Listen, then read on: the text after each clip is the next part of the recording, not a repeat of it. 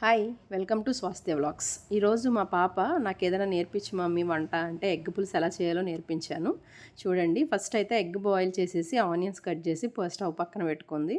తర్వాత ఆయిల్ వేసేసి కళాయిలో కొన్ని మెంతులు వేసిందండి. కొన్ని వేయాలి, ఎక్కువ వేస్తే మరి చేదొస్తుంది. తర్వాత ఆనియన్స్, గ్రీన్ చిల్లీస్ అన్నీ వేసేసి కొంచెం టర్మరిక్, కొంచెం సాల్ట్ వేయాలండి. వేసేసిన తర్వాత మనం బాయిల్ చేసి పక్కన పెట్టుకున్న ఎగ్స్కి చిన్న చిన్న ఘాట్లు పెట్టుకోవాలి, ఎందుకంటే పులుసు దాంట్లోకి వెళ్తే బాగుంటుంది అనమాట.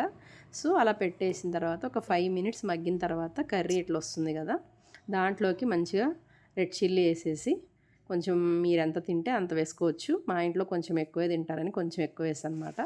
వేసేసిన తర్వాత ఈ ఘాట్లు పెట్టుకున్న ఎగ్స్ని కూడా దాంట్లో వేసేయాలి.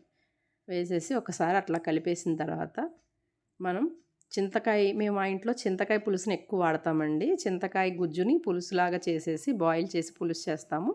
అది ఆ పులుసు పిండేసి కొంచెం వాటర్ వేసేసి ఒక 5 మినిట్స్ మనం లిడ్ పెట్టేసి మగ్గనివ్వాలన్నమాట. లిడ్ పెట్టి మగ్గనివ్వాలి, అటు ఇటు కలిపేసి లిడ్ పెట్టి మగ్గనిచ్చేయండి.